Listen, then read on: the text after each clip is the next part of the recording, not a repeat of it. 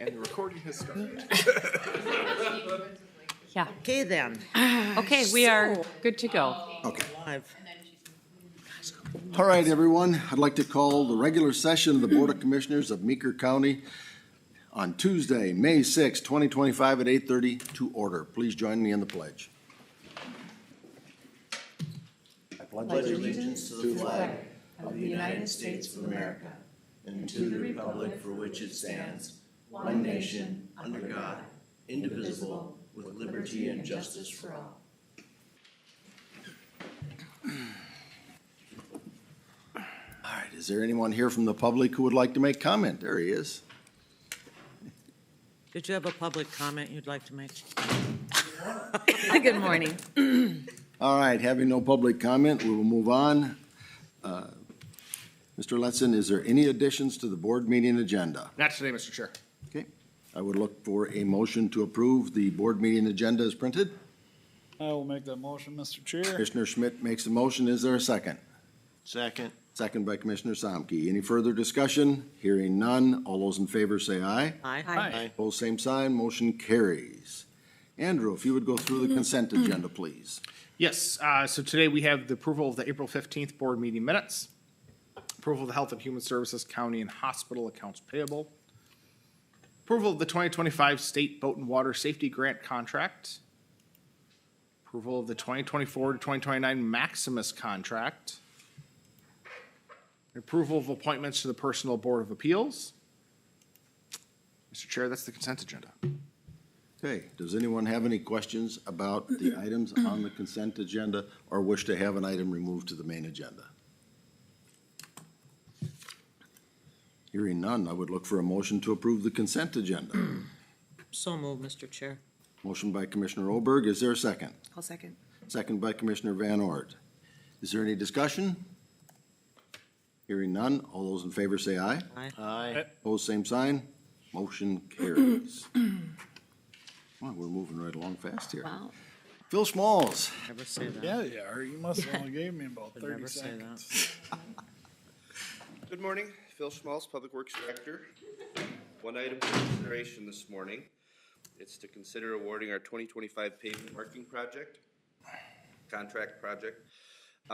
So a little bit about our pavement marking program. Annually, we paint about half of our road miles. In this contract, you'll see about 1.6 million feet of paint or 300 miles of paint line. Our lower cost latex paints last about 2 seasons. They get scrubbed off by plows, the weather wears them out. We do a federal pavement marking project periodically too when we get safety funds. This is just the routine annual painting, not the federal painting. We advertised, got good bids. I'd recommend award to Sir Lancelot out of Minneapolis. Questions for Phil? I don't recall that name. Really? Yeah. Yeah. Gotcha. we've had How them. come I don't recall? Oh, just because of my season. I, Have we used them before? Yes. Yep. Because I think I'd remember it, because when I looked at it, I thought, boy, that's a catchy name, but I don't remember it, so. How many times have you been board chair? It was when you were board chair. That one time, 20 years ago. It's close to sirloin. And I love myself. I don't believe it. but I don't even- Chair. It was nice to see you got 3 bids because Yeah. there for a while we weren't getting very many, were we? Sir Lancelot bought out, there was always 3. Sir Lancelot bought out 2, so they were the only game in town for a while. And then Camco now started 2 years ago. They're out of Dassel, they're local. They've been very competitive with Sir Lancelot. They actually got our bid last year. And it was kind of neat to see Vogel, even though they're from Iowa, they're coming a long ways, but they had interest, I think, because they knew there was a void up here. But I see us getting back to more competition. creating some competition. Good. So we used the people from Dassel last year, Yes. because they were low. 41.7% higher, I suppose that's because of location. And So, no further questions. I would entertain a motion. I move to award the 2025 payment marking contract to Sir Lancelot of Minneapolis for an estimated total of $156,413.56. Motion by Commissioner Van Ort. Is there a second? I will second that. Second by Commissioner Schmidt. Is there any further discussion? Hearing none. All those in favor say aye. All right. Opposed, same sign. Motion carries. Thank you. Thank you, Phil. Bill, has anybody talked to you about, Highway 3, tile line? Yes, Andrew, I got Are two you doing property 2 owners minutes? that are working with the contractor not- I'm to sending maybe her a add message. tile crossings while the culverts go in. One of them is happening, the other one I haven't heard if they reached a. Is the one Lance and the Company? wise will Yes, adjust Okay, agenda. the one that's pending. East, they're east of Monan, just off 22, okay. Yep, Lance is one that's working with the contractor, but as of yesterday, they haven't come to an arrangement that's gonna work yet, the way it sounds. Okay, So I'm not sure what the there's holdup is. 2, 3 landowners in that one, I think. I don't know. Yeah, well, that's what I'm hearing through the grapevine, but I One just, further west was a Groshans, and oh, okay, he is having, or he did already have tile lines installed yesterday with our culvert crossings. okay. Yeah, I knew they were out there working. All right, thanks. One last thing, have you heard, sorry about that, have you heard anything on the intersection by the Cenex in 34 there? Nothing new, still finalizing the intersection control evaluation. One meeting with the state to refine the preliminary results from the consultant. Next will be another meeting with the state and then a public engagement process. I'm not sure if we're gonna do public engagement like an open house before or after a potential joint meeting with the county and the city. I see MnDOT's got a meeting coming up about their last section of 12 that they invited the public, because we got a flyer to that, but that's a separate issue. It's, So can you refresh my memory? I was thinking about this, refresh my memory on this process then. We have to get the money from the state and the okay from the state, or how? For a reconfiguration of that Yeah, for intersection. reconfiguration. We're trying to pursue external money wherever we can get it. We applied for what's called a deed grant, it's economic development related, and we were unsuccessful. And part of the reason was we didn't have a firm enough concept in what we were gonna do at the intersection when we applied for the grant. So that's why we're doing the intersection control evaluation, to kind of nail down between the county, city, and MnDOT exactly what we're gonna do at that intersection, make sure it's feasible, possible, it will work there, and then we're gonna reapply for hopefully that same deed, funding. That's one intersection I get a lot of calls on. That one and the one by the Dairy Queen, obviously, so. Okay. I will also say the County Road 1, train crossing. Yeah. That went really well, fast. I could, wow, they're done already? That was I great. did well. That was Yeah, well it was a little touch and go with the rain coming in, but we got it done. done. And Thank you kept for the that. public informed, and I appreciated that on your Facebook stuff. I'm confused. Rain coming in? We haven't seen rain here for so long. It didn't rain Rain and much. tornadoes, remember now? Yeah, I know it. Thank you, Phil. Appreciate it. Or maybe it wasn't. Tina Shank, Health and Human Services Director. Good morning, Tina. Morning, Tina. Thank you for letting us talk about this again today. We do have a proposed contract in front of you for the consulting firm to do the evaluation of the need for the Family Resource Center. So as a reminder, the Family Resource Center would allow us kind of to reach 3 different goals. It would put us, again, ahead of the curve with the anticipated African American Disparities Act that we've discussed in the past. So that's another step in making sure that we're ahead of that game, have the least amount of fiscal impact that other counties are facing. We've had this conversation. It also just aligns really well with the work that we're already doing with our families.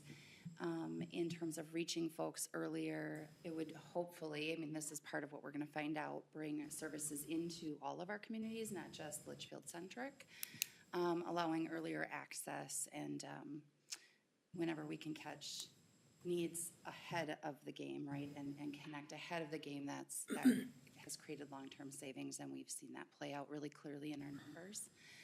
And the other thing, kind of alongside that, is that this potentially brings together a number of family servicing agencies so that we're working collaboratively instead of duplicatively. So we can surround a family with whatever they need, in the highest need cases anyway, and make sure that each agency knows their role and that we have those foundational relationships so we can serve people. Government can be right-sized for that family, and that we're not duplicating efforts, that we're working alongside and I know where my services end and this services start. So that we're really nailing that, and not expending resources that we don't need to expend, but everyone's staying in their roles. So having that collaboration on a regular basis assists us in doing that. I think the only sort of one-off on this contract is that the insurance rates that this consulting company has isn't what we normally quite ask for. They don't have any client-facing services. They don't have a physical site, and they're not really storing data, health-protected data like we would normally see. So it made sense to us to just accept their insurance limits as they are. County Attorney, do you have any comment on that? Okay. I reviewed it and I think the risk is low, and so if the board wants to move forward with the services, it could be appropriate to not meet the minimum recommendations for MCID. And we've done that with others that, Correct. so. So we're just asking if you could consider approving that contract today.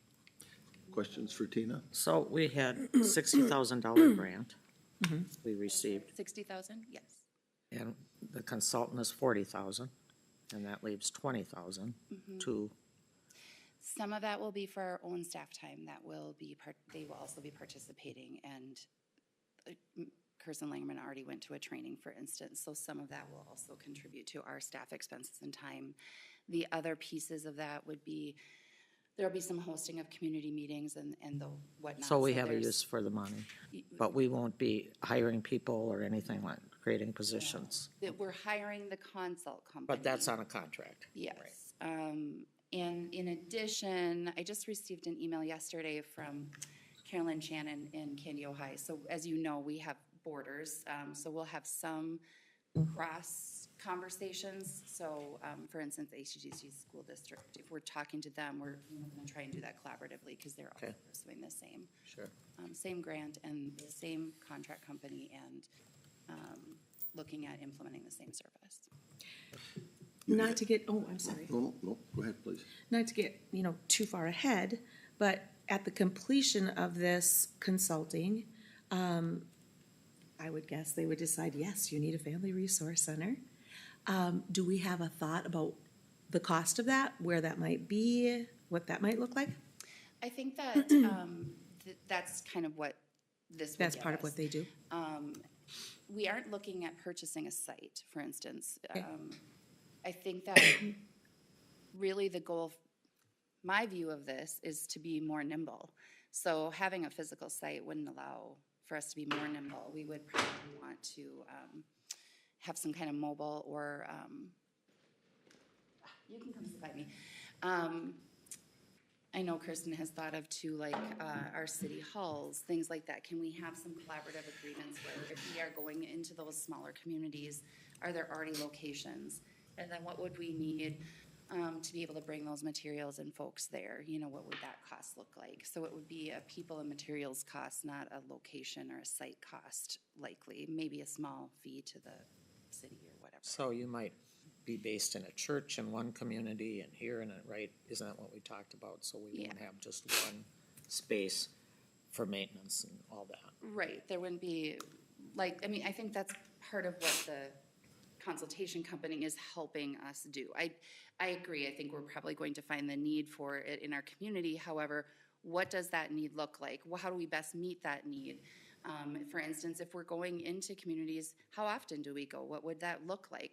How do we make sure we have those timelines set up so that we know what's going to meet the need in that community without over-serving them again? And that might look different in Dassel than it does in Cosmos, or, I do think we have a fairly large community in Dassel. We are very Litchfield-centric in our services. And then we have these small communities that really don't get hardly any direct attention from us. We don't have co-located staff in those school districts or things like that. So I think this gives us a really good early in with families, with folks that may need our services on a broad basis. And the consult company will help us make sure that we set that service up in the way that best meets that need. Well, and this contract is just for the explore and assess phase. So it's just to look at what are the strengths in our community that are already existing. How do we engage all of our stakeholders to look at what services are they providing? where are the gaps in those services and how do we bridge those gaps with our current providers, and then how do we bridge that out to our broader community. And so this is phase one with the Sauer Family Foundations, and then if we decided to move forward to phase two, they have a full other grant for helping with startup costs. They fund 2 years of a full-time position. So there's a whole second phase that we could choose to do or not, depending on what we identify after this needs assessment.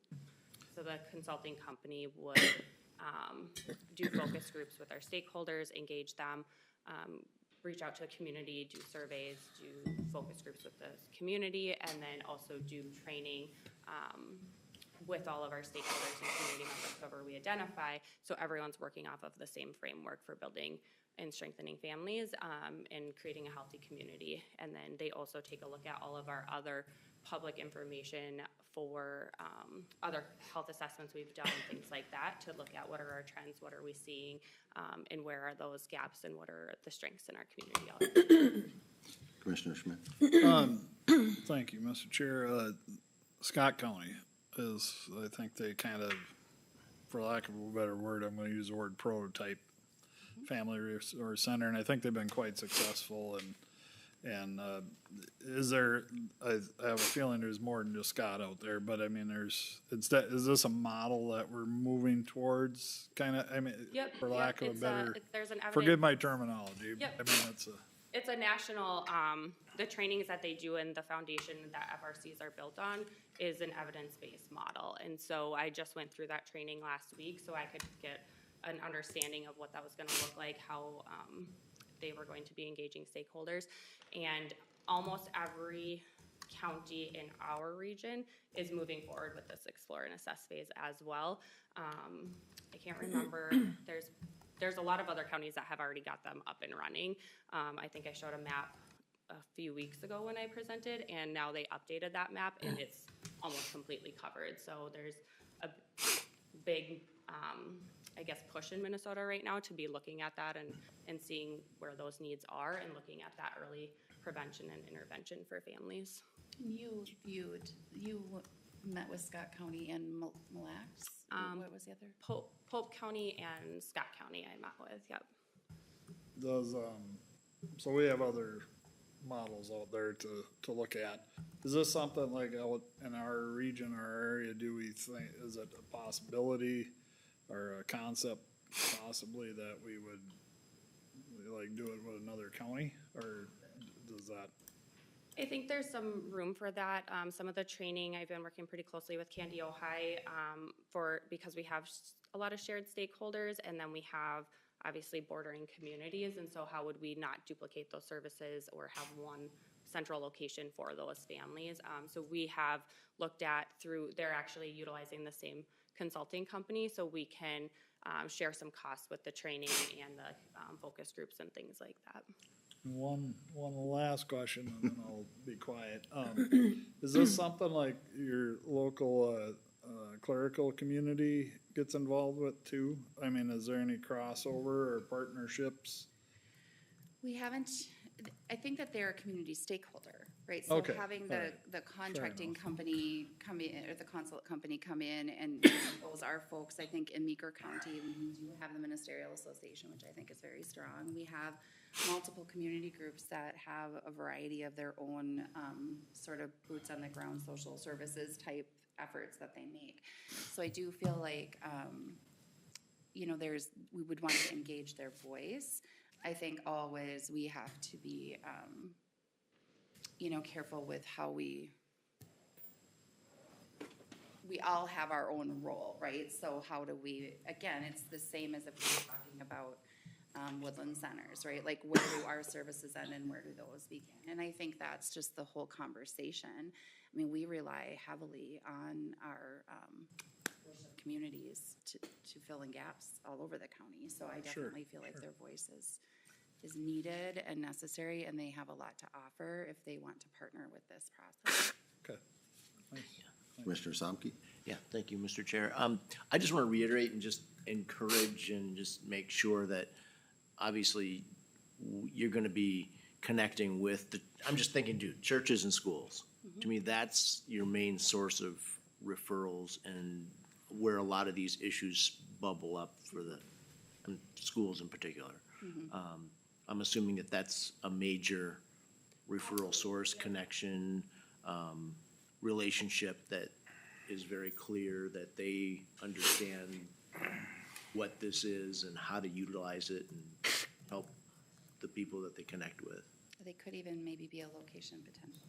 Yeah. Like, I mean, yeah, I know Kirsten's already shared this. We have our Safe Schools meetings, and I know she's already engaged all of those folks. We just had a round of those, so I think that was a hot topic. We also will have our all-school Safe Schools meeting in August, so that's a perfect time to talk about. I mean, at that point, we should kind of know our path forward and be able to launch with them this idea of the collaboration. So we have that foundational relationship with them in a way that'll allow us, I think, to really connect with them about this particular topic. Yeah, thank you. Comment and question. I like your statement, mobile and nimble. I think that's because a lot of our folks don't have transportation that need you. And by being mobile, you can get there. When you look at the bids, two of them were almost double and two of them were really close. Have you had any association with any of these groups before and working with them is? I'm gonna just say this too. The rest of the counties that are doing this have their director leading this, but Kirsten has done all of this work. So I'm gonna let her speak to that, because I know she very carefully considered all of it. Who did she tick off? What's that? I said, who did you tick off? It's an area that as we've moved forward, I just was really passionate about, like, let's continue with this momentum of the prevention work and trying to build safe and healthy communities, and how do we bridge those gaps? And so bringing those stakeholders together was just something that I thought, and so I just took it on, luckily. But anyway, so with the consulting companies, I've never had any direct work with them. There was some other counties that have utilized some of those agencies that I got information from, and the biggest thing for me with creating community consulting was that they offered some of the trainings that are required, and they do it all in partnership with us and in person. The other ones that were double, we would find, like, the burden would be on the agency to find community liaisons to then lead through that work, and they were all, like, virtual. And for me, I didn't feel like that was really worth what we were looking for, or it wasn't going to best serve our community, I guess, because we need somebody here helping us work through that, engaging the community in a more meaningful way. And so for me, when it was double the cost and they were virtual, I felt like that was gonna be a disservice to our community. Okay. Any other questions? If not, I would entertain a motion. Mr. Chair, I move to approve a contract with Creating Community Consulting for services related to the Explore and Access phase of implementing a Family Resource Center. Commissioner Schmidt has made a motion. Is there a second? Second. Second by Commissioner Samke. Is there any further discussion? Hearing none, all those in favor say aye. Aye. Aye. Opposed, same sign. Motion carries. Thank you. Look forward to seeing how this plays out. Yeah. We also just have a couple of other quick things in front of you today. We did receive a request from Pact for Families. May is Mental Health Awareness Month, and they're asking for us to just proclaim that we promote mental health awareness in Meeker County. I think you have the actual proclamation in front of you. Mr. Chair. Yeah, just saying, we have two there, right? I think so. So you'll be making a motion, if you make a motion, it's to approve both. So, yes. I will move to approve the proclamation declaring May as Mental Health Month and a proclamation declaring May 7th, 2025 as Children's Mental Health Awareness Day in Meeker County. Okay, we have a motion by Commissioner Samke. Is there a second? Second. Second by Commissioner Olberg. Any further discussion? Hearing none, all those in favor say aye. Aye. Opposed, same sign. Motion carries. Thank you again. So sort of preemptively, I guess, we did already celebrate both Mental Health Awareness Month of May, and April is Child Abuse Prevention Month. So this was our second annual Family Fun Day. Also, organized by this one right here, primarily organized by Kirsten and a team of folks that we had helping. So we had about 10 volunteers, which some of the fun things, our work is so private that oftentimes our families aren't highly involved in our work, like some, maybe they can be in some other cases. But you'll see in this picture, we had some of our teenagers and even some of our young, like middle school age, our own children coming to help, setting out snacks and handing out things. We had over 260 attendees. So they walked in the door and they signed up for a bingo card, and if they went to enough booths, they could hand in their bingo card for a prize. Tech Etch supplied Door like 12 door prizes. I think it was 13, yeah, over 13. Large baskets. The kids, it's just fun watching them. Then they can put their ticket in which basket they most want to win. Each of the vendors that we had a game for the kids with little prizes. So it's a little bit like a kid's vendor day. Like if you go to a conference, you get all your little fun prizes. So they each had a bag that they could carry around, and then the vendors also had information for the parents. So you can see we had a wide variety of folks there. You know, providers that typically serve families and with a focus on mental health. We also had a bounce house, which was a huge hit this year. So it was a great, fun day. I love doing these types of things and getting out in the community. And the kids are just so excited. It reminds you of why you do this work. So we had a great time. So I thought you might enjoy just our little brief picture that we took here of our volunteers. We had a wonderful, wonderful time. So that's that recap. So, Mr. Chair, Yes. Woodland started, you probably know about this, Woodland started doing this last winter a little bit out in the mall, In Candy, Ohio, yes. Candy, Ohio. But Woodland worked there and had different, it really went over they were surprised how well it went. Unfortunately, they're trying to raise money. It's just a time for kids to come in and relax. And so kudos for doing that. I'm assuming this was open to anyone or, so anyone in the community could Yep. come in. Yeah. We It's a advertised it. It was great awesome. idea, and I know it's extra work for you guys, but I think it's a great thing, so. It's a lot of fun, and the vendors, the people who come really enjoyed it, and they, you know, they have so many credits they have to get, so they're like, it's great having some local time and Yeah. being able to come and see our families in a different capacity, and so they had a lot of really good That's feedback as well, and they're, I think that's what I appreciated about Candy. It's just come in and relax. I think they had it on a Tuesday, I don't know, and somebody had furnished pizza and they do games, and so thank you for doing that. So, Yeah, and it was all grant funded. We Yeah. used our Prime West So you'll reinvestment probably grant. try to do it next year again. We do have funding through the Prime West reinvestment grant for 1 year, and then, Good. yep, and I think it was right under $1,000 for everything. So it's not, our families are hit up, everything you do costs so much money, and this was just such a fun thing that's completely free. Right. So it's just a great time to see them, everyone seemed to have just a wonderful time, so. You have to come next year and check it out. We would. Thank you. That's all we had for you. Well, I have one more thing I was gonna cover in the commissioner reports, but now that you're here, I'm gonna do it right now. I received a letter, as many of you did, from the Minnesota Department of Human Services. And I'm gonna read that letter because I think it really says something about your staff. It is my pleasure to commend your staff for a perfect performance in meeting the Department of Human Services financial reporting requirements for the year 2024. All key quarterly fiscal reports for programs your county participates in were submitted to our Financial Operations Division on or before the report deadlines in perfect order. Twice they use perfect.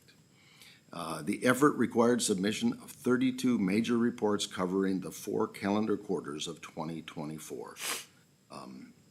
Signed, Sharon Gandhi, I think I said that correctly, our temporary commissioner of the Department of Human Services. So please tell your staff, thank you. Great job. Once again, you made Meeker County look very good. Perfect, twice in one letter. Well, that is Shelley, Donna, Jetty, and Charlene leads that team, and they do amazing work.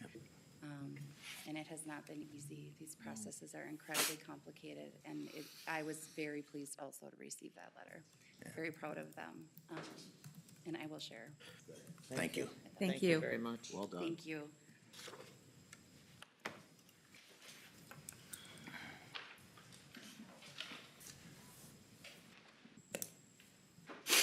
We'll have the Department of Corrections District Supervisor, Willie Swanson.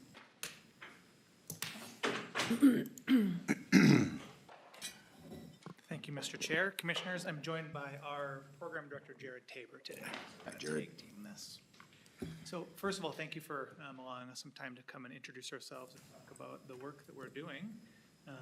The first thing I'd like to talk about is our staff. We've got some pictures up there for folks. If you can do me a favor and not tell David that I included his picture, that would save me some trouble when I get back to the office. So we have currently 5 agents. We've got 2 support staff, and we have Jared, who is our program director. 2 of our agents are doing the felony work, so they're supervising the felony clients. 2 of our agents are doing the misdemeanor juvenile work, so they're supervising those folks. And then David is the pretrial agent. All in, we've got about 420 total clients. So our caseloads are running from 80 to 100 per person. And obviously those fluctuate with court, discharges, intakes, those kind of things. So the numbers are up and down, but that's a pretty good snapshot of what we have. We've got 20 sex offense clients, and those are split up between our agents. And then we've got currently, I think it's 4 or 5 treatment court clients. Again, that number fluctuates, but we're doing that in conjunction with Candy, Ohio County, the treatment court. So those are the basic numbers of supervision that we're doing. The work that we do, obviously we're doing some condition compliance. We have to monitor conditions, make sure folks are following the rules of the court. We do work with people on coming in, do office visits, and UAs and home visits and all that sort of stuff. But where we try and spend our time is helping people build skills that are going to keep them out of the system in the future. So we really target people's thinking and how they respond to problems and problem solve. We do a lot of that in one-on-one interactions with our folks. We've got some worksheets and some things that we do cognitively with our clients to help them move forward and be successful. We also do a couple groups, agent-led groups. One is a decision points group that gets to that really targets thinking. We have a max that we have in there is 8 to 12. Right now I think we have about 4 people in the group. But again, those numbers fluctuate. And those are agent-led cognitive skills groups that they're running with clients in the course of their duties. One of the other groups that we've had wild success with, I think, is the domestic violence program. Jared's been involved with that for a long time, so I'm going to speak about that for a little bit. Thank you. Yes, so Meeker County Domestic Violence Program, it started in December of 2013. And what that entails is that's a 24-week 36-hour program that meets the state statute requirements for those offenders that have been convicted of domestic assault or similar related offenses, order for protection violations, or domestic or disorderly conduct type offenses. To date, we have served 222 clients, which calculates out to about 18 referrals a year. So our groups consist of anywhere between 7 and 9 clients at a time, which is a group. Not all complete the program, but we've had wild success with it. It's kind of a passion of our office. Denise Olson is our program coordinator. She also is a facilitator. Christine Sangren and Angie Moss. It's run and facilitated all by there is a fee to the clients, and the proceeds of those fees are donated to victim services in the county, as well as to support our program. And then, as you can see, in October, we do some domestic violence awareness around the courthouse and around our social services building. And I will put a little plug out there. We've had an invite to our judges and our county attorneys, and I'll offer you the invite if you ever want to sit in on a session. It's quite remarkable, the curriculum and the change that our offenders go through. So if you're ever interested, reach out to me and we'll get you to sit in on a group. I think you'd be amazed at the work that not only the clients are doing, but our agents are doing facilitating this group. So It really is it's an amazing thing to see the transformation people go go through, and they do a great job with that group. One of the other things we do is obviously service coordination. So we're reaching out, connecting with treatment providers, mental health folks, county attorney, law enforcement. We do a lot of that. Our agents are very connected with those folks in the community to better serve the community and their clients. As a result of that good work, our recidivism numbers are near the top in the state. So what we're looking at here are, we've got it broken down 1 year after discharge, 2 years, and 3 years. Obviously, 1 year is better because as you go, more people come back into the system. But at 3 years, 89% of the people that we work with do not commit a new offense and are not placed back on supervision. Below, we have the statewide average. That's 85% for probation and 69% for supervised release. Supervised release, these are folks that are coming out of the institution. Our numbers combine both, which I think make them more impressive. I don't have it split up among the both. I have everybody in one lump, and it just truly, to me, shows the good work that our folks are doing in helping people not come back to help public safety in the county. That, to me, our superpower is that it's the staff that we have. Jared's in a minute going to talk about that, but the folks that we have working here are local. They care about the community, and they're involved in the community in more than just employment. They're involved in a great number of things, and Jared's going to talk about those community engagement efforts. Can I ask a quick question? Absolutely. How do you arrive at this? So if people leave the county, you don't, I mean, I'm just curious how you get these numbers, because they're obviously pretty good. Yes, so we have a statewide database that we can run people, and if they're rearrested, reconvicted, so it doesn't matter if they leave the county. If they're still in the state of Minnesota, we can capture that data. So you follow them? Not so much follow. But, I mean, yes. so if you're looking at, you know, when you're done with them, you look to see on the database if they've been arrested elsewhere? Yeah, we pull that person and then run that information through our system to see if they have a new conviction. So it's based on the person, no matter where they live in the state. Quick question. So to enter your system, is it people who are arrested who live here, their address is here, or they are arrested here? The people that we're supervising currently? Yeah. Those people are locally convicted in Meeker County. Okay. And some people may have been convicted in another area, and then they're transferred in, so they move into the county after they were convicted in, say, Dakota County or something. We also supervise those people. Okay. Similarly, if we have a person convicted here who moves to Roseau County, we would transfer them to that jurisdiction. Okay, but the recidivism rates are based on where they were convicted, not where they are currently. They're based on where they're supervised. Where they're supervised. Okay. I was just curious if that was Beth going to her first board meeting, that car? Is it? Yes. That's my seasoned first car. What year is that thing? I can't tell. That's an old picture. The map coming Can't up quite zoom too in is on the an license old plate, picture. I'm just, it's all on tape. That's an old map here. Last for the past. So Jared's going to talk a little bit about our agents' involvement in the community. Yes, thank you. I'm just going to touch briefly. Many of the community organizations that our agents are involved in, you guys are very well aware of, but I just like to take a second to highlight the work that our agents are doing. As you can see, Meeker County Area Partners in Prevention, Brenda Warren currently serves on that committee, which consists of staff from the county attorney's office, public health, and the hospital. They promote community activities focused on substance use and prevention throughout the county. LAMP, Litchfield Area Mentorship Program. That is I currently sit on the advisory board for that. Denise Olson is on the fundraising committee, and that is a mentorship program that primarily focuses is in the Litchfield area. However, we are starting to work kind of our fingers out and kind of starting to set up lunch buddy programs in the Eden Valley School District as well as the ACGC School District. We do have it actively running in Litchfield and Dassel. So we're starting to figure out and branch out a little bit and trying to expand our program a little bit. But the mentorship part of it is primarily focusing in Litchfield at this time. So, and if anybody knows and wants to be a mentor, we're always looking for mentors. So gotta throw that plug in there. Our Domestic Violence Board. that Willie, myself, and Denise Olson are involved with that. That also consists of our county attorney's office, our city attorney's office, our law enforcement, public defenders, and our crime victim advocates. And they oversee our domestic violence program, and we work together as a board to respond to domestic violence throughout the county. Kiwanis, I'm currently a member in Kiwanis, and again, another program that promotes positive activities for the youth.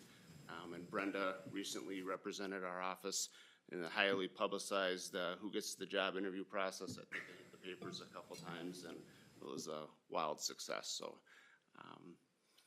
Safe Schools, we have Denise Olson, Brenda, and Heather Sander, all members of our Safe Schools program.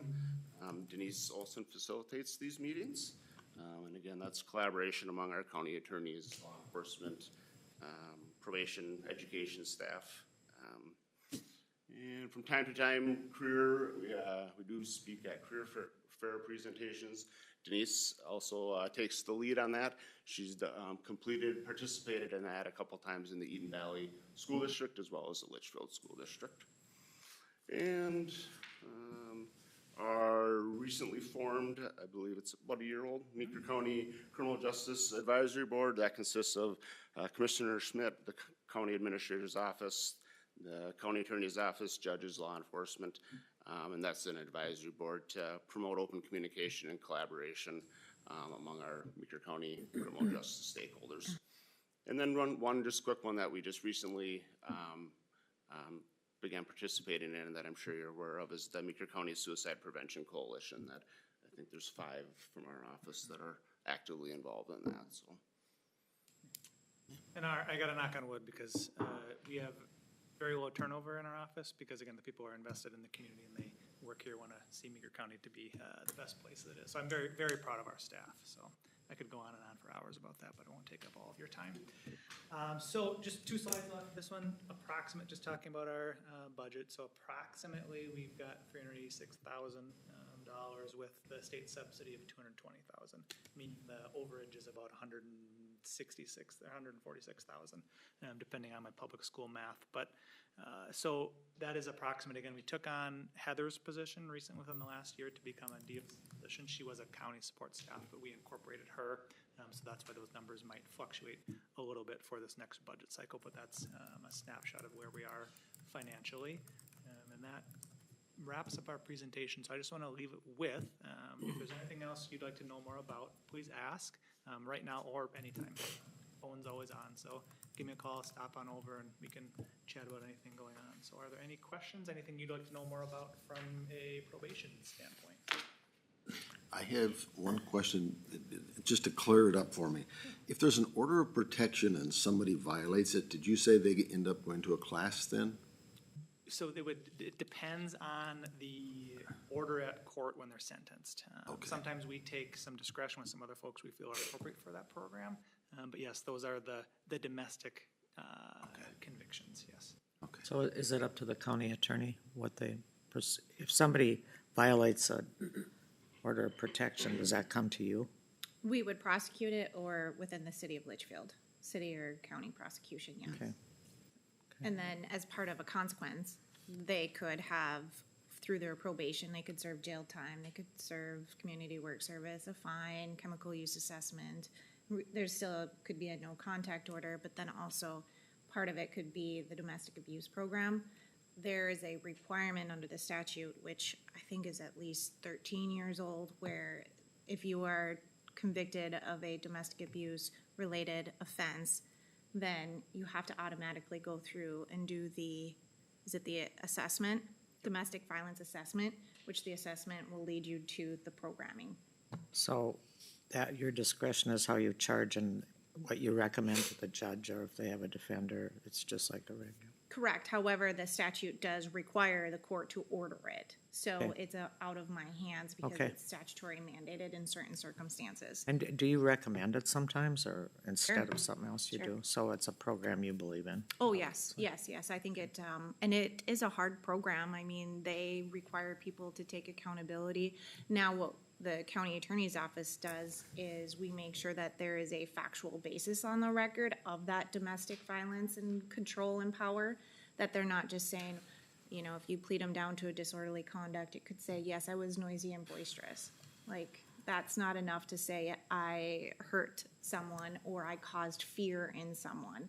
And that is the factual basis that you are using in probation programming to really drill into and hold these folks accountable. Because if the individuals are in that program and they're saying, you know, I really just got a little noisy that day. Well, no, you actually admitted to the judge that you scared this significant other, and so let's talk more about it. And so they really do hold them accountable, and the program that they have really digs deep into these folks. And then what's great about the program, much like drug court, is then the folks who have been in there longer hold the more recent introduced participants accountable and says, hey, you're not gonna get away with denying it. You might as well get on board now, because otherwise it's gonna be a long, is it 12 weeks?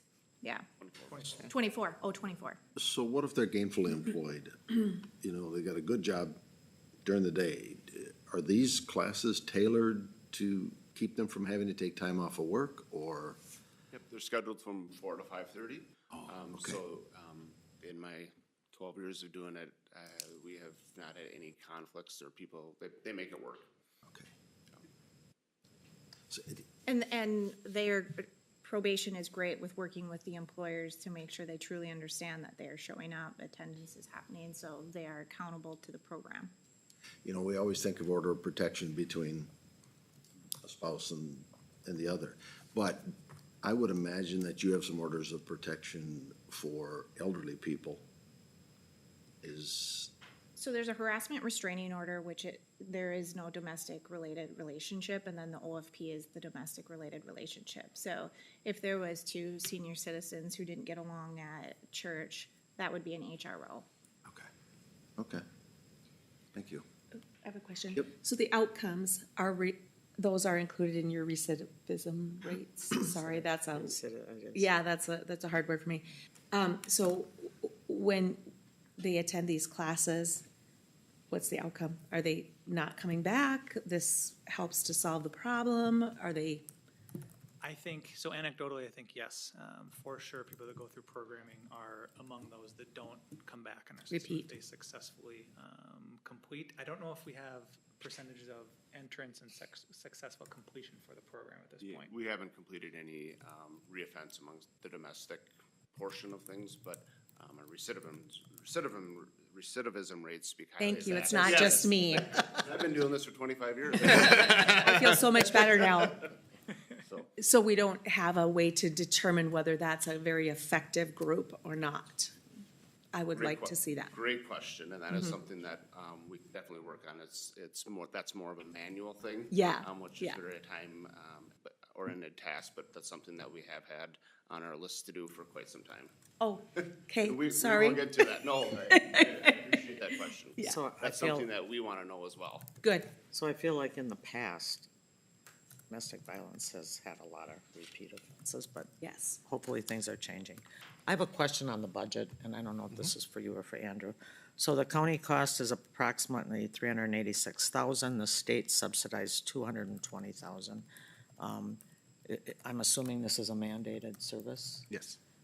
So if the state cuts, it'll just be added to our budget? Or do we have control over how we can control what programs? There are certain things that are within the budget that are county expenses. There's certain programmatic things that are in there, certain supply expenses, things like that we have more direct control over. The vast majority of the cost of the budget, though, is the staff time. And that staff is state staff that we are paying for through the contract we have with them to provide these probation services. So prior to 2020, I believe it was 2020 when we switched to DOC from CPO, from when we were county probation, we had a handful of staff who were county employees who did those misdemeanor and those services, right? When those transitioned to state, we still pay for them, but we pay for it through this contract. So a couple of years ago, when the amount of the subsidy from the state increased, we saw a significant reduction in the county's share of that cost. So back in 2023, amount of subsidy we were receiving from the state was $183,000.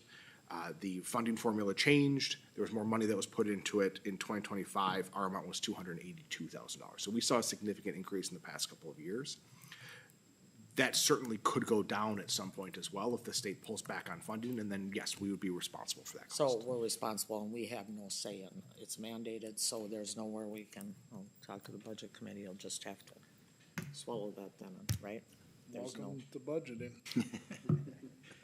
And obviously, I'm nobody- sure you hear this question everywhere all the you go, time. so. And we can't predict the future, but I think what's happening in St. Paul currently is our field services budget right now is going to be held at what it was. There's not going to be any decrease in our budget.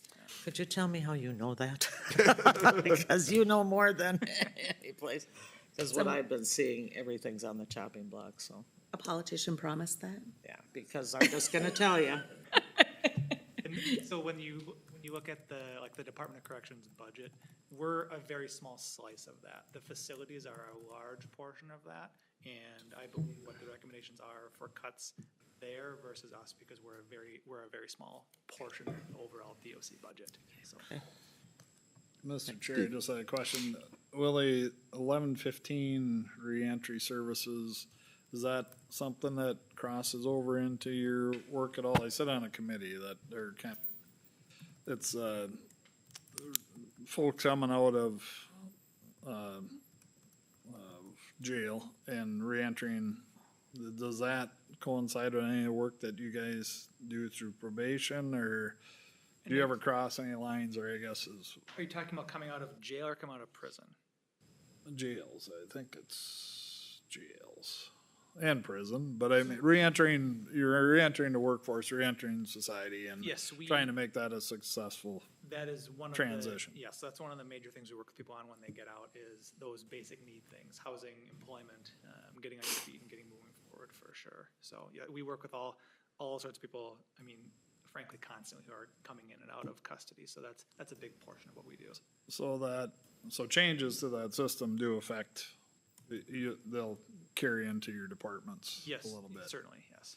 Cause I know I don't see anything in there that's earth shattering that they're working on changes in there, but they are making some adjustments, I guess. Yep, we would be impacted by that. Yep. Okay. Any other questions? Well, thank you very much. Thank you.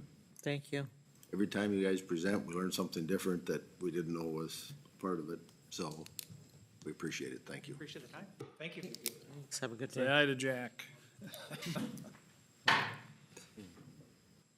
His dad is Jack Swanson, Way up. Roseau Roseau, yeah. County. Oh, sure. Looks like my grandchild is seasoned again. Andrew Letson. So today we have a public hearing to consider an amendment to the Parks Ordinance. Mr. Chair, what I would recommend first and foremost is to open the public hearing, so you'd look for a motion to do that. Looking for a motion to open a public hearing. So move. Commissioner Olberg has made the motion. Is there a second? I'll second, Mr. Second by Commissioner Schmidt. All those in favor say aye. Aye. Aye. Motion carries. We are now at a public hearing. So to give a quick overview, this has been a topic that the board has discussed a couple of occasions. We had a work session 2 months ago, 6 weeks ago or so, to talk about tobacco use on all the county's properties, and includes the parks as well. So the park ordinance outlines acceptable use of the parks and acceptable behaviors within the parks. And included in there is a section that covers drug and alcohol use currently. Individuals have the ability to bring in non-intoxicating malt liquor and strong beer in an amount that equals less than 72 fluid ounces per person. But the board did prohibit the use and possession of alcohol at Lake Manuela Park back in 2002.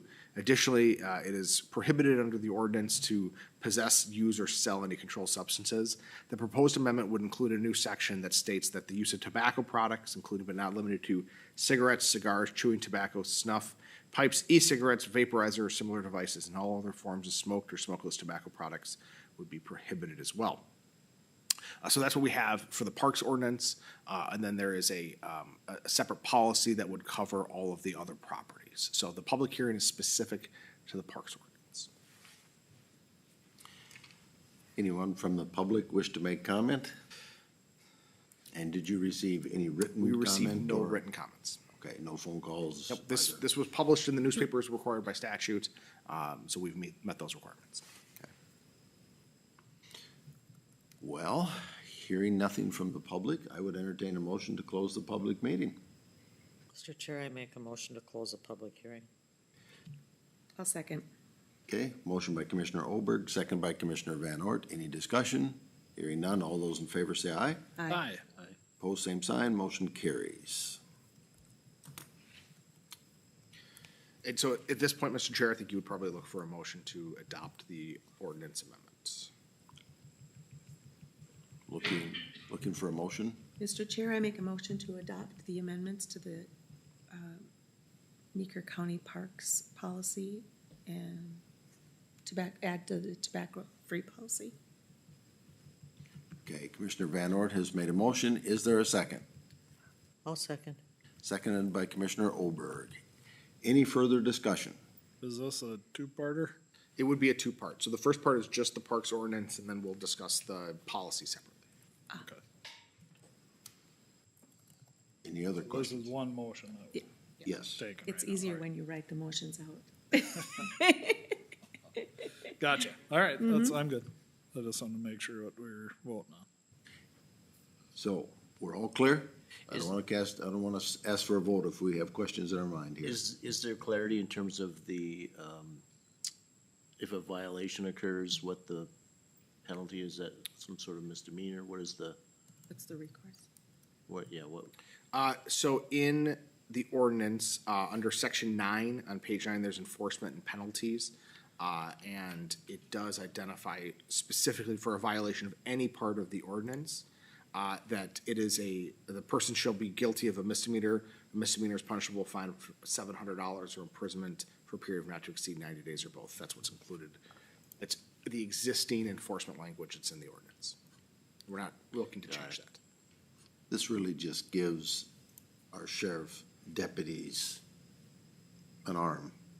In the police department. Yes. Yeah. Yep. Any other questions? Hearing none, all those in favor say aye. Aye. Aye. I'm sorry, Mr. Chair, because it's an ordinance, I would recommend doing a roll A call. roll vote. call? Yes. Okay. Corey, if you would, please. Commissioner Olberg, Yes. Commissioner Van Ort, Yes. Commissioner Somke, Aye. Commissioner Schmidt, Aye. Commissioner Johnson. Aye. Motion carries. So, Mr. Chair, the second part is the tobacco-free policy. This covers all of the other county-owned properties. And specifically what it states is that tobacco use, which includes all of the things I discussed earlier, smokeless and smoked, would be prohibited inside all of our county-owned leased and rented buildings, outside on all of the grounds, and inside county-owned leased or rented vehicles or equipment. The one exception is individuals would be able to use tobacco in private vehicles on county property. So if they were in a parking lot, they would be able to smoke in their car, but they wouldn't be able to do so standing outside of the car. So that's the idea. Additionally, the policy prohibits us to solicit or accept contribution or gifts, money, donations, all of that from companies that are identified with tobacco products. That it identifies that employees, elected officials, clients, guests, tenants, and volunteers and partners will not loiter near neighboring properties or discard litter in a way that negatively reflects on Meeker County. So the idea is we don't want you just to move across the street and smoke in the neighbor's front yard and then leave your cigarette butt there. We will post signs across the entrances of all of our buildings and in break rooms as well. To remind folks of that, we have received some information from our health insurance provider about smoking cessation efforts that they are able to provide. So we'll promote that and provide information to folks who are currently smokers and may wish to stop using, or tobacco users who may wish to stop. We've identified that it's incumbent upon all employees, as well as our elected officials and all of the visitors to the building, it applies to all of them, and the enforcement is a shared responsibility of all staff. So the idea is we want folks to work collectively to inform folks of what the policy is. And if someone is violating the policy, we will ask them to leave the property. We have identified an adoption date of June 1st, which then gives us time to get signage installed and get notification out to folks. So that is the policy that you have in your packet.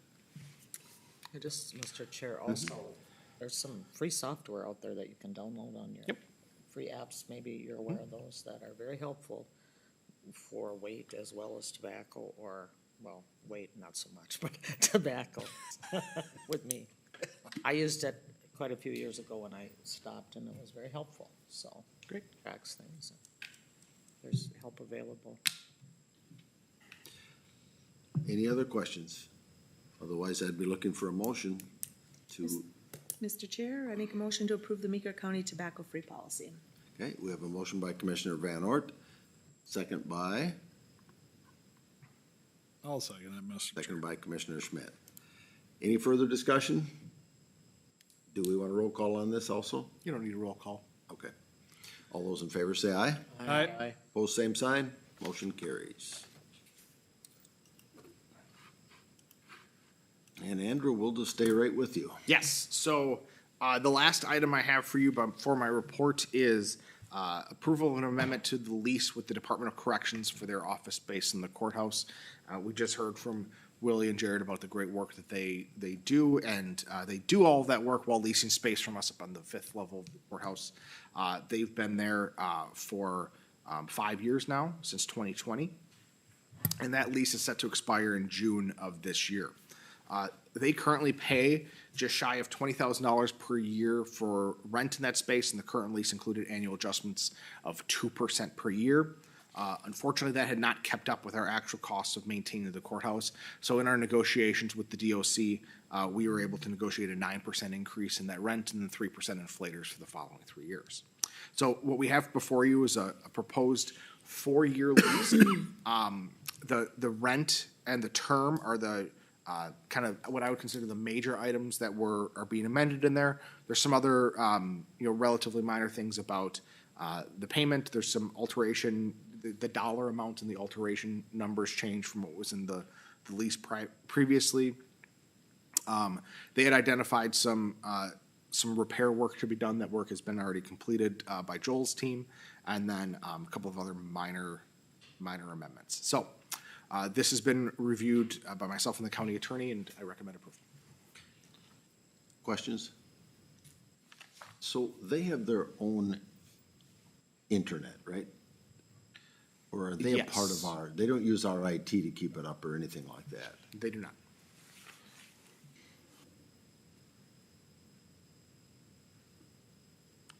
Hearing no questions, I'll entertain a motion. Mr. Chair, I move to approve amendment number 1 to lease number 12317 with the Minnesota Department of Corrections for office space, excuse me, at the courthouse. Hey, we have a motion by Commissioner Oberg. Is there a second? I'll second that, Mr. Chair. Second by Commissioner Schmidt. Any further discussion? Hearing none, all those in favor say aye. Aye. Aye. Opposed, same sign. Motion carries. And then for my report today, I just have a couple of quick items. As you are all aware, we have sent out a press release last week outlining the concern about the state budget and how it's going to impact the county's budget. Post on our website as well, so anyone who's watching who would like to see what that impact is going to be, we encourage you to check that out. And then also last week, we kicked off our budget process. The first step is in May, we solicit requests from departments for new positions and grade adjustments. As part of that, work to communicate with all of them, once again, about the financial challenges that we anticipate seeing because of the state budget and the work that's going to be incumbent upon all of us to ensure that we come forward with a responsible budget. So that is my report. Okay. Have you got any feedback on the news release? Is that the one you talked about? Just one email I've gotten back from a member of the public. There was some misunderstanding. I think there was some misunderstanding there. Thank you. All right, we'll go on to our committee reports. Steve, we'll start with you today. All right. Oh, well, we'll go back here into April the 21st, been attending the AMC legislative updates from Matt Hilgart, which is usually a Monday morning Zoom, which there'll be another one next week. Of course, county budgets is the topic of the day, the afternoon, the evening, and the next morning. And that's really what we've been discussing extensively. Then we had the work session on the 22nd with our open house that we talked about from 4:30 to 6:30 here at this building. I think it went quite well that day. I think there was good participation from the public, and some past commissioners were here and stuff, so spent some good time there. On the 23rd, I went to the governor's state of the state for AMC. You know, really in our conversations with AMC, with Julie afterwards a little bit, you know, they pretty much doubling down of, you know, what legislation was passed, and they're not looking to change or alter or delete anything that they passed last year, so somebody's gotta pay for it, is kinda what it comes, but there wasn't a whole lot of talk of compromise there, so. Grove City Care was on Monday the 28th. They're working on a DHS grant. They think that looks to be going through well. Also approved the purchase of a car, so, because they give a lot of rides to folks, and they kind of felt they reached a threshold there where they wanted a vehicle. So ended up going the next day, we went and bought a car out at Holt Motors. They had already done some research on models and what was available, so we did go out to Cokato and buy a car on the 29th for Grove City Care, so that's a big change to their program there. 30th, I had AMC Finance Committee meeting. We're working on trying to get those numbers together for our county budgets. AMC, the old formula really wasn't a formula because there were so many variations anymore that the base formula, nobody understood where it came from in the first place. So what they did, we've been doing some work, and Ryan Erdman did a lot of the work on this, and Julie and Janine, but they're basing it off and I shouldn't go too far because we ain't done with it yet, but one of the factors we're utilizing is our county CPA formula that the state uses, because that's based off some pretty good solid benchmarks. And so that's kind of going to be the basis of it. And then right now it looks there'll be an increase this year, but it's nominal is the word I'll use. I think for me, I'm gonna if I had to guesstimate us, I'd say at somewhere around $1,000, maybe not even that much for Meeker County. So.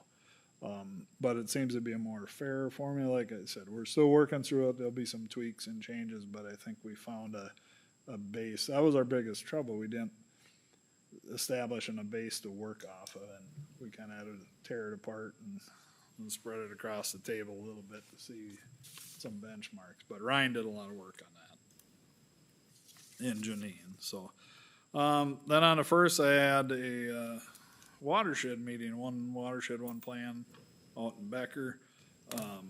That was my first meeting there, so I kind of absorbed quite a bit and didn't talk a whole lot on that one, but it seems to be working. Things seem to be, one question I had there was on deed restrictions for some of the money that they put out, if they put a restriction on a deed. That was the discussion, and I think that was kind of counterproductive for people to take if they know you're gonna put a restriction on their deed. They didn't figure they'd get any projects, so that was one of the main things we talked about there. Then we had our joint meeting with McLeod and Sibley. I think that was a good discussion down there in the hutch at the fairgrounds on Friday the 2nd. And yesterday morning, we had the MRC Zoom meeting. Representative John Kosnick was there. I think he's from Lakeville area, if I remember right. Yep. Down in that area. A couple things he talked about, I think there was, 6.6 million extra in CASA funds, 3.8, he talked on transportation, he's on transportation committee. 3.8 million in LRIP, local, road improvement program, and 3.2 in local bridge. And them are millions, so if you scatter that across the state, that gets pretty thin, so I'm sure Phil would not get too excited about those numbers, but,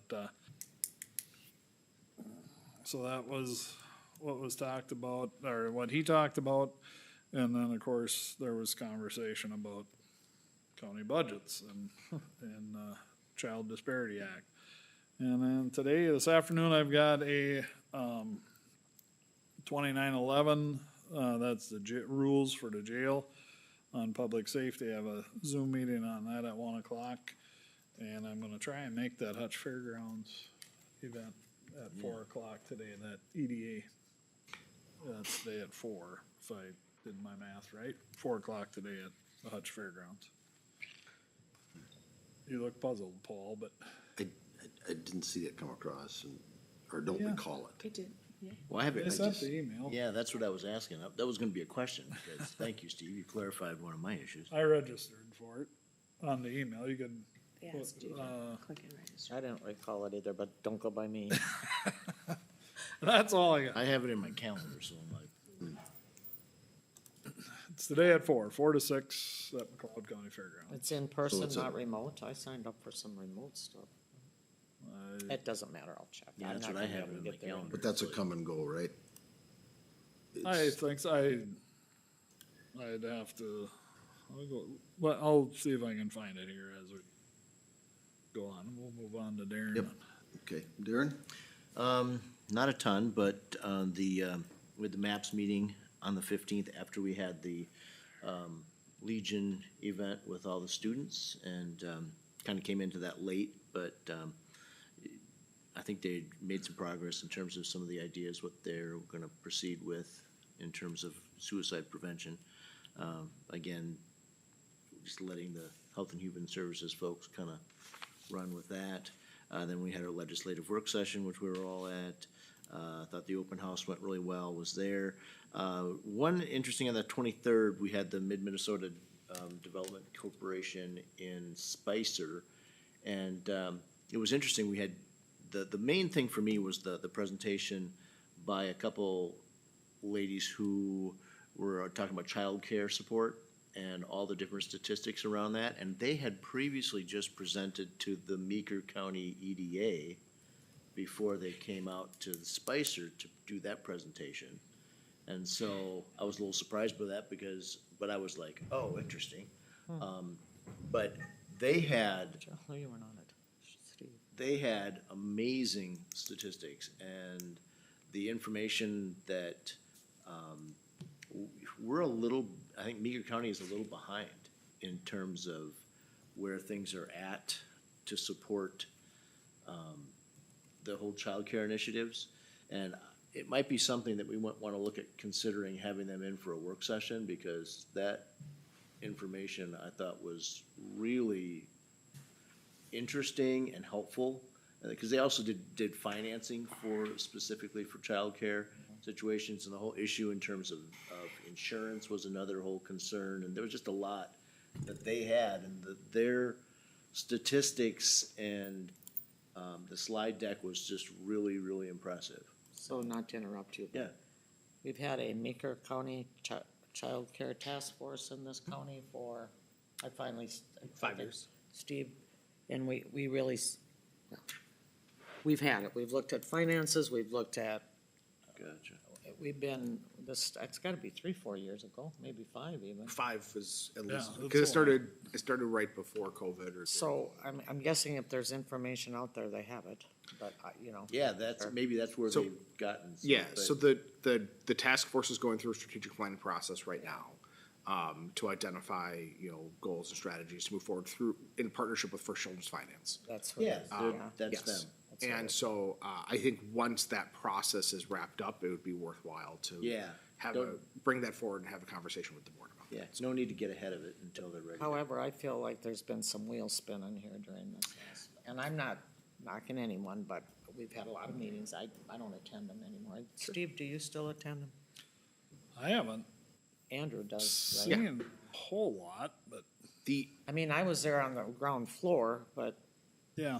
I would like original. to see it move along a little faster for sure. Well, it gets, to be fair, childcare gets talked I about know. through EDA. I know. I mean, it gets talked about a lot. I'm not blaming but- anyone, but it's No, just been no, a it- struggle. It's a national problem. Yeah. And it yeah. is so it is not unique to Meeker County, which means that the forces working against this issue are pretty large. In big part, it's the wages that can be offered to do the work are relatively low. And then the cost of families is relatively high. And so you run into that push and pull of how do you earn more income for the business to be able to pay the employees more without putting more burden on the families who are over cost burdened already. The task force has worked on a variety of things. Probably the most successful has been through the EDA doing grants to new providers, primarily in-home providers. That money has come from a combination of sources, including EDA dollars, but also grant money from First Children's Finance. And I know has supported a number of providers that have opened up in the county. One of the challenges that we face is it seems we gain an in-home provider and we lose an in-home provider. And additionally, you have a number of in-home providers who are aging and are no longer working at full capacity. So we certainly have a shortage of slots, and that's the work that the committee is going to continue to work on is what are the things that we can do to help continue to encourage the development of new slots. So. One of the things, I know we tried to speed up the licensing, because that was one of the complaints on the ground floor. Yep. So, I mean, I think we've tried, for sure. So, Sure. I just want to note, I did get the agenda for the EDA meeting, which is tomorrow. And now I don't go to that because both of you are on there. Thursday. Or Thursday, I'm sorry, Thursday. 5:30. And they do have a summary, a spot in their agenda for the, a childcare needs summary. Yep. So, Yeah, Lisa's Raffentine is definitely abreast She's a of. leader, yeah. And She's, then the she's loop chairing that task force. Yeah. yeah. is- Right. The joint powers meeting, oh, then the CPT that I attended with Paul, you were much more connected than I, but. It's one of those committees, Darren, that it takes several meetings to really know what's going on. So don't feel bad about that whatsoever. No, yeah, it was fine. And, but it was interesting though. Again, you first foray into figuring out just what's all involved. There's quite a bit there, for sure. And then, I was gonna mention that 4 to 6 workforce housing meeting tonight, so just clarifying that. So. Did you find that, Steve? No, I can't find it, Let me look but too. I accepted it. All right. Oh, check your I calendar. went on and registered. Check your calendar. Might be sitting It's there. not it was just registered to come to the event. There was a link, they sent it. Cheryl, you done, Darren? Yeah, I'm done. Thank you. Okay, so April 17th, I had Pioneer Land, Library Finance, and then, also board meeting. They're still buying books. The budget is on track, everything looks good. There is one concern. There's a system called Mintex, and that's how they access everything virtually. And if there's not a book available in Litchfield, I can go on there and order the book and they'll ship it to me. Now forgive me, I can't remember if that is, I believe that is a federally funded program and that is being cut. And so there's some concerns about that. So we did send a letter to the representatives that that's a concern. Otherwise, everything looks good there. April 28th, HRA meeting. Before I came on that committee, there's Eden Valley Edenbrook Apartments, I believe. And there was some transitional things there, but all of the residents there have gotten vouchers from, Section 8, I believe.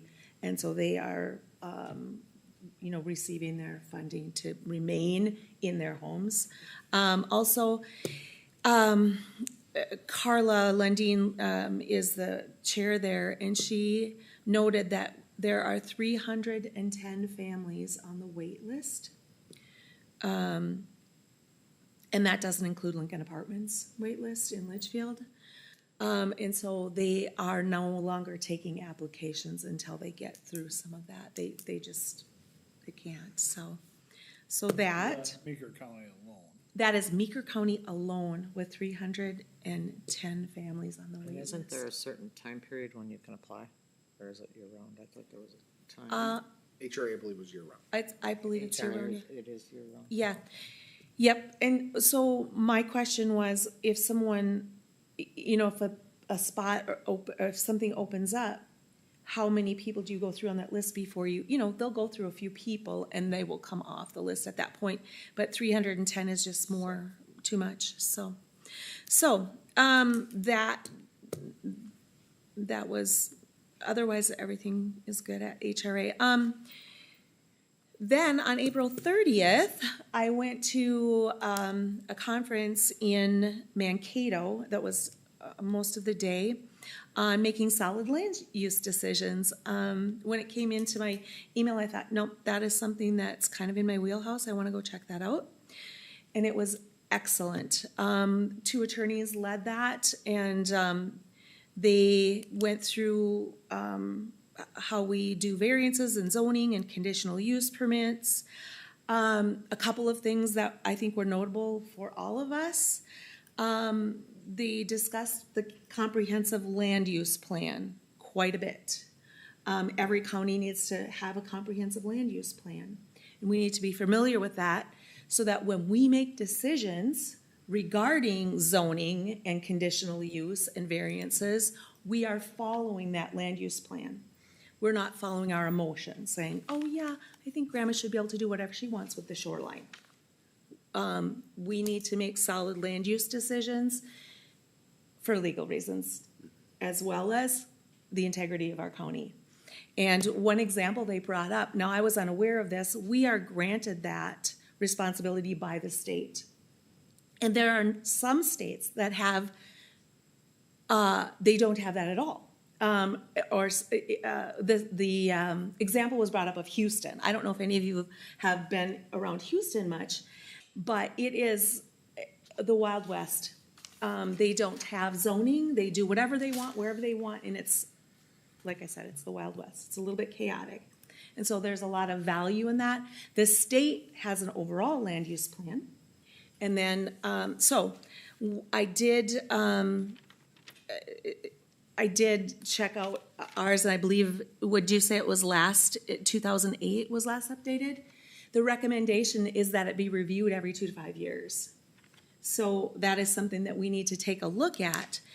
So the other thing that I think we all need to be aware of is when a decision is made, everything needs to be on the record.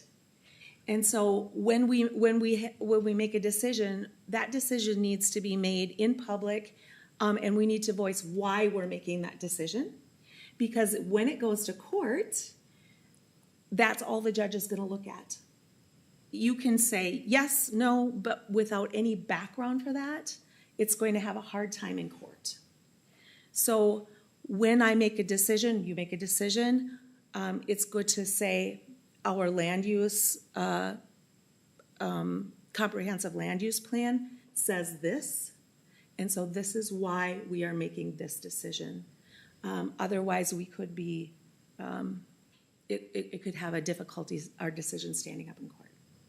So I thought it was very valuable. Sat next to some people who've been in planning and zoning for 30 years, and they were very knowledgeable, and so gave them some scenarios, and they were very helpful. So if that should come up again, I would recommend it, and I would also recommend that we take a look at our comprehensive land use plan and make sure it is in line with what would be best for the residents of our county. So we had, money in the budget for 2025 to update our land use plan that we pulled out in order to be able to balance the budget. It's something that we have as Been on something the- to be on the- considered for 2026. Okay, Was the instructor 2 attorneys.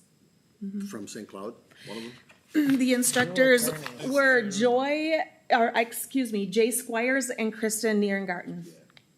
They were excellent. And Kristen is who we are using on our gun range Yeah. lawsuit. Yeah. And Jay Squires, yes, because Scott Anderson retired. And Jay Squires, I've worked with him as well. And I would agree with everything you just voiced. And I think that's why we also make, I think just in our most recent decision that the board made, I had included the authority under the comprehensive land use plan, as well as Greg is very good about making sure everything is included in the RBA, because that becomes record as well. And Yes. so in your motion, you can rely on those conditions in the motion. Yes. From when I was on planning and zoning, we used to have 5 or 6 questions that we had to answer prior to a vote. All right, is this, is this, is this? I don't know if they still do that They or do, not. I and that presume is they still do. used as part of the record. Yeah. So the notes, because it's not recorded, so the notes, and then those questions, and then the conditions, all of that is included, and it's a couple page packet. It is audio. Yep. Are both of them, Board of Adjustments Planning and, Commission's audio recorded. I've never been to a board adjustment meeting, so I can't say for sure. okay. Good. Excellent. And then I have one question following all that. So when we have the planning and zoning board and they meet to review things like, replatting or rezoning, When you say Planning and Zoning Board, Planning Commission? commission, thank you. When that group of people meets, how, do they have some sort of, how are they educated when they come on that? The zoning director, The zoning director explains how we go about this process. I believe, don't they go to training? Is there a training? That's my question. They have the training, I think, once a year in St. Cloud, if I'm not mistaken, for sure. But, yeah, there's actually a lot of trainings that are offered. Most of them don't do all the trainings because it becomes a little Cumbersome, redundant. yeah, okay. Maybe we Yeah. need to require some of that if we're not. But so much of planning and zoning is covered by statute. Yes. What you do and what you don't, you gotta follow the statute, Okay, so. yeah. Okay, that is, of course, went to the legislative meeting and, went to the fairgrounds, and that was good, collaborating with the 3 counties. Yep. Yeah, so that's all I have. Beth? All right, so I had kind of a busy time. I had, middle of April, I had the West Central Mental Health Housing, their annual board meeting. I'm on that they preside over. They're the board for the housing that is available. It's by HUD, I believe, and owned by Candy Ojai. I'm pretty new to this, so we did election of officers, talked about they've struggled to get some insurance like everyone else, so solved that problem. Then after that, I had the Woodland Board meeting that same day. We had a presentation by West Central Industries on their placement of people facing adversity and different mental health issues or whatever. They have to be getting a service for them to help them, and it was interesting, they have a good success rate for that. That's about it there, I guess. Then we had a hospital board meeting, and Paul, you can pick up on this, whatever I miss. We saw the schematic drawings for the clinic. They look good. We heard from Centricare on their budget. Their profit, I think they said, was 2.5%. We're doing very well. I'm not going to say the percentage because I don't have it in front of me. And they have a medical school, as you know, they started a medical school in St. Cloud, and that's up and running and doing very well. So they're hoping to be able to place some doctors out in rural communities with that, so that's taking up a lot of their time. I also had CCT. We got 3 new buses, I believe. Paul's chair, so he can probably report some more. Had a little talk about routing software, which sounds like we need some additional training on the new software. Talked about a building that we're gonna buy from Ranville County where we house the CCT buses, that's in Olivia. Did we make a final decision on that or not? We don't have the final contract. Yeah, we don't have the final contract yet. And we need some more volunteer drivers. Then I had a Prime West meeting and the joint powers, but I go to finance first. We had a clean audit.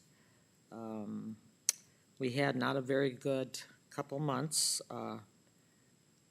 because of losing people, losing enrollees, which we're hoping will pick up again.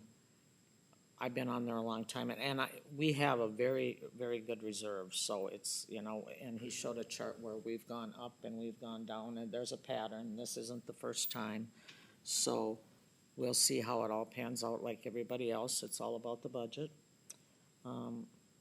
The Karma that we've been trying to get through has now got a fiscal note attached, and they have said that nothing with a fiscal note will pass this year. So the county health-based purchasing groups in Minnesota are gonna take shares. I think the fiscal note is $950,000. Prime West share, that'll be $300,000, they'll pay that, and then South they'll pay theirs. So hopefully that takes care of the fiscal note. They decided how much the fiscal note should be. Obviously, our CEO would say maybe not, but, we want to get this Karma through. So, we're still waiting to hear from the Supreme Court on the lawsuit that we did. That's been how many months? It's been a year. It's been a year, so 12 months. Then we had our usual top discussion about DHS and how wonderful they operate. And then we moved and had a lot of talk about what can happen. It's like everything else, we don't know what's gonna happen with the budget. But the one positive thing is we have a wonderful reserve at Prime West, and we're gonna be fine for a while, so.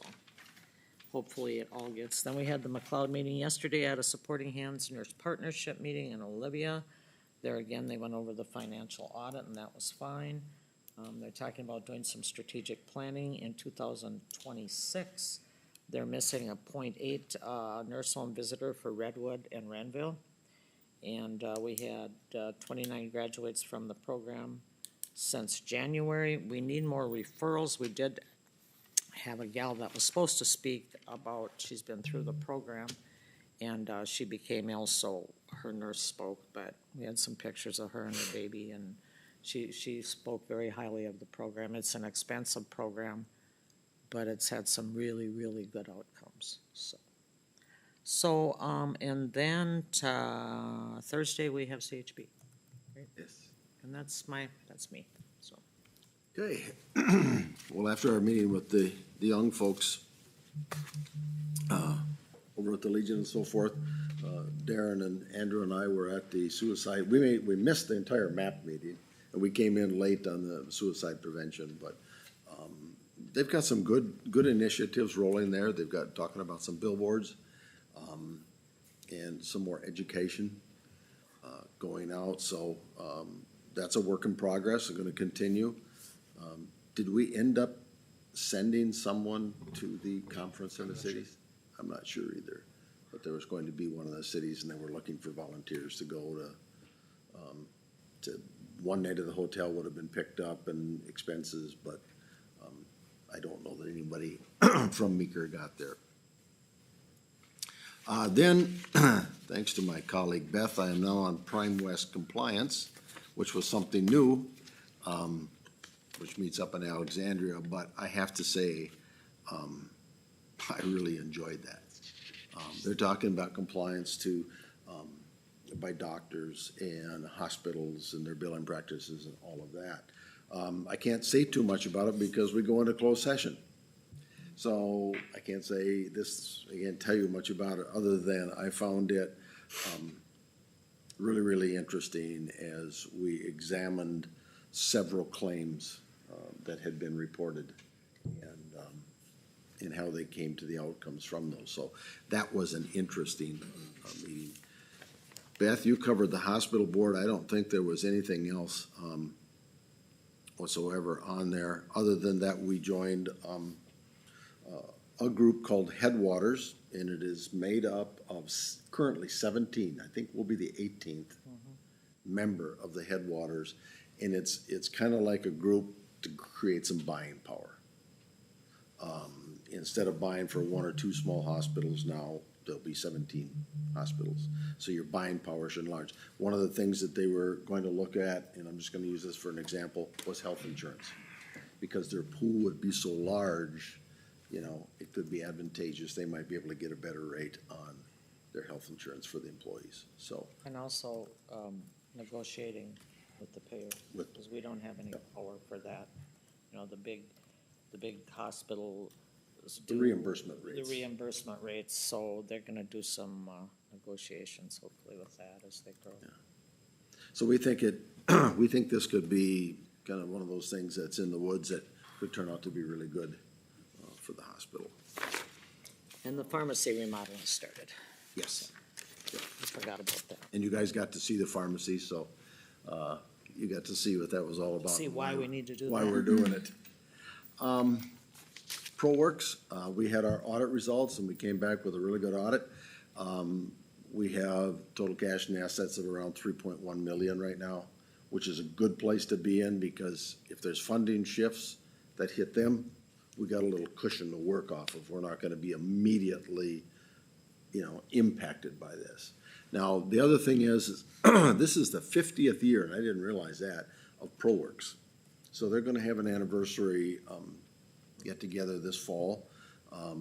We have asked, Don Gilman, Scott Van Binsberg, any of those guys to come. They'll have a short little ceremony and so forth, so, that'll be later on, so it's not till about August, but, that might be something all of you would be interested in attending. It's really, the folks that, struggle with physical or other, things in their life, ProWorks really is there. They take great care of these folks. It's an interesting facility. They try and have work that fits within their physical capabilities. So, ProWorks has done a great job in this area. Then Andrew and I attended Prime Health. We went through, and correct me if I'm wrong, Andrew, I would say that we're financially sound. We're not, we're collecting enough so we can pay the claims that come in and still bank a little bit, and that's kind of the key to making it sound, and we built a good reserve. Prime Health is the one that covers the health insurance for a lot of our employees right here, and we, once again, are an owner. So then we kind of got into the discussion about Ozempic and Zepbound and some of the weight loss things. Not Ozempic, Wegovy. Yeah, Wegovy, I'm sorry. Yes, which is the same drug as Ozempic, but it's labeled for weight loss diagnosis and not diabetes diagnosis. Which has been we've talked about this before, it's somewhat of a bone of contention because if we continue to cover that, at its current rate, it's $10 per member per month that would cost them more in their insurance. And if it continues to grow as it has, they used a figure of $23 per month per member. Yes. That it would add to the premium. And so the decision was, do we continue to cover it in 2026 or not? How many people are on it? Do we know? I think it was like 35. Yeah. See, So- now I saw where Wegovy, or one of them, has, if you're doing a personal pay, it's only $5.99 a month. Yes, If you're going through insurance, it's how much? 1,400. Yeah. Is there a way we could, I don't know. So we did talk about that a little bit. You know, if you use one of the HSA plans, the county contributes towards the HSA, the employee can contribute towards the HSA, and then if that person is doing personal pay, they could use those HSA dollars They'd to have go an towards that, alternative. and it's less expensive. Again, it's only if they have a weight loss diagnosis, and not diabetes, not sleep apnea, nothing like that. So if it says obese on your chart, then is that a diagnosis, or? And you could then potentially be, if your provider prescribes you for it, Okay. and that is the purpose, yes. And as Paul said, again, I think the number is 35, but the cost and the premium today is $10 per member, so there's 2,000 members per month to cover those 35 individuals. That's a lot. It's a lot of money. And so it came to a vote, and I believe it was unanimous that we will not cover it in 26. Correct. For weight loss, for a diagnosis of weight loss. Diabetes is an entirely separate issue. So the thing that they're finding, though, is there's a lot of companies that are no longer covering it. So because the coverage is going away, the price is starting to, It may come down. may come down. So, As more people make it. yeah. The only issue, of course, is obesity costs us a lot of money too, so. Right? I don't know how you study that, I don't know how you equalize it, but. 2 hamburgers cost way more than 1 hamburger. Yeah. I mean, yeah. So Beth covered CCT. Then the last one I had was CPT, which Darren and I, it was a virtual, he came and attended with me. It was kind of a nice thing. We had to add one technical support position. And they had 4 candidates that were just outstanding. Now, we know that we're losing one of our people that we're contracting with. So, as an executive board, we gave the authorization to hire 2 of those folks from that group of 4. It's just, they teach it there in Morris, so that's why these candidates were right there. It's a good deal, but they were just so impressed with all 4 of the candidates. And the opportunity to grab 2 of them was important and will work well for our company. We are sitting on 1.7 million. And Andrew, I believe you were on the strategic planning committee, and yes, we did decide to get going and reactivate. It's been about 3 years since you were last, yeah. So we need to go in, revisit, take a look at our strategic plan. We're finishing up the tax program. It's getting closer all the time. We need to dig in then to HR and some other things, and so we're gonna let the strategic planning committee kind of set up a guideline for us, so. New set of appointees. Yeah. Now, the last group we had was really good, so I think they're gonna try and keep it intact if possible. So, and that's all I have. Just a casual reminder, I believe, and correct me if I'm wrong. Yeah, just to give you a 1-month heads up, our commissioner meeting on the 17th is scheduled for 4:30 in the afternoon because we had. 17th of June. June 17th. Yes. Yeah. You didn't say the June part, so. Oh, I didn't? Okay. June 17th is 4:30 in the afternoon. Yeah, we have our board meeting. And then, we have the board of review. So if we're not done with our board meeting, I believe board of review is 5:30? Possibly, yeah. Yeah. If we're not done with our board meeting, we'll just recess and finish up after the board of review. So I just wanted to remind you, Steve, so that, you know, No, I know, we got Yeah. 2 evening meetings this year. I'm yeah, good.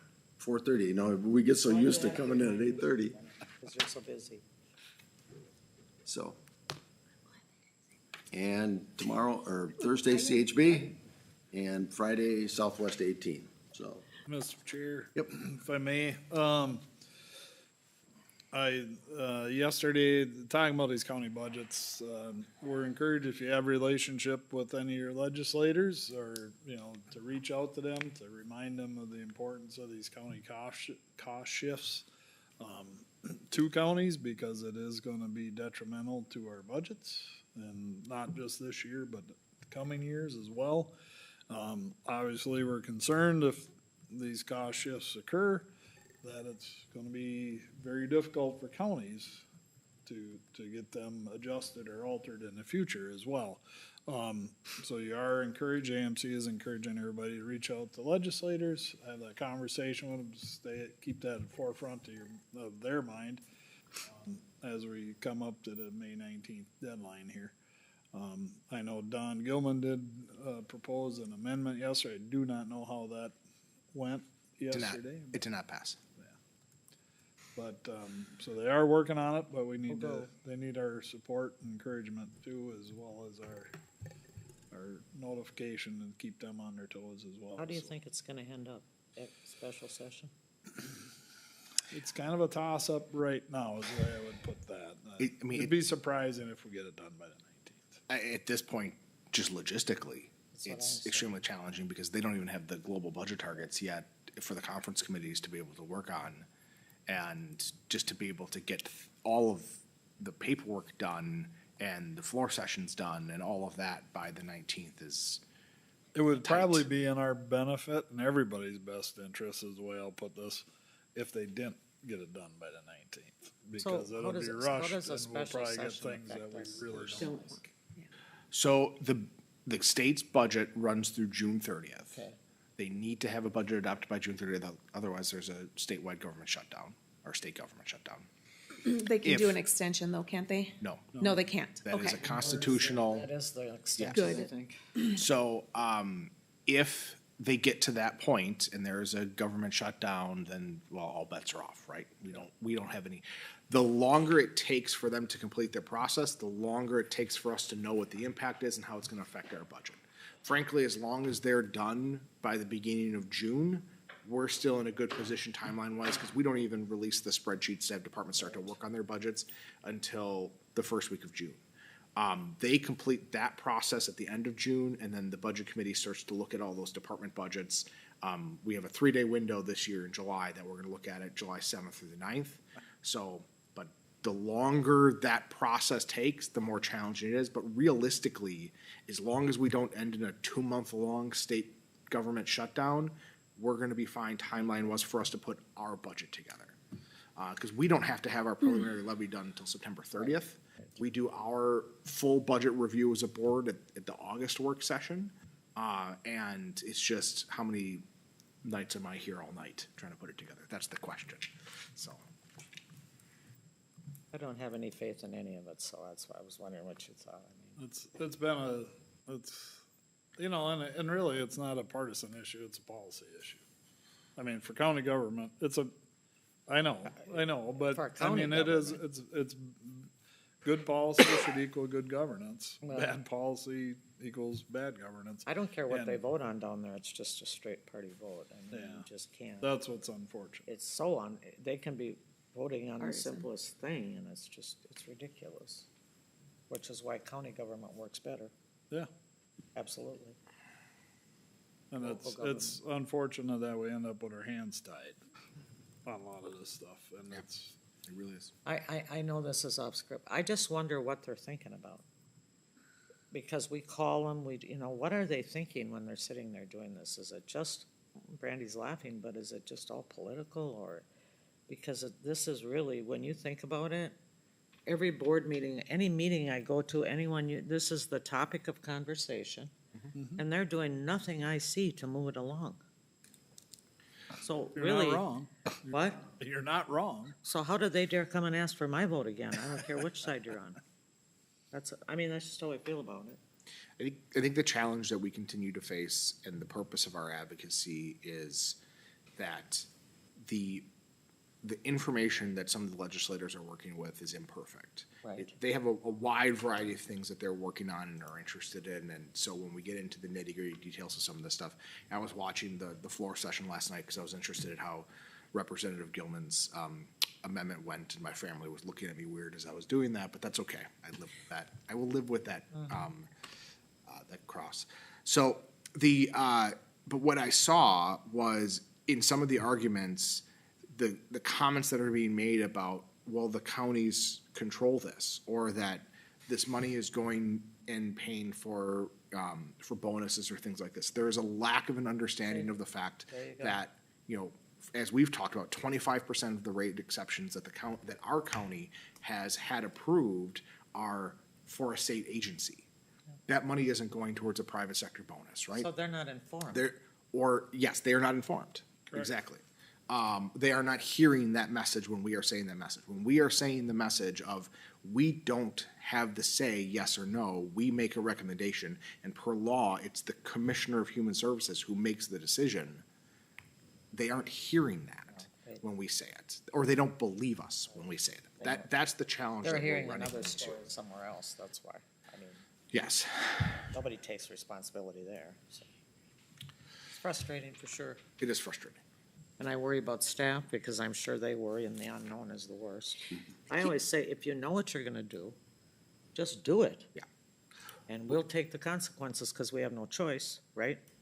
But they don't wanna either, because they're gonna have consequences. The thing that I've been preaching with department heads, and will continue to say, is that we don't know where this is going to end. That's right. And it's not, obviously, the state budget is the challenge that's right in front of us right now. We don't know what's gonna happen with the federal reconciliation process that's occurring right now as well. That could have significant impact.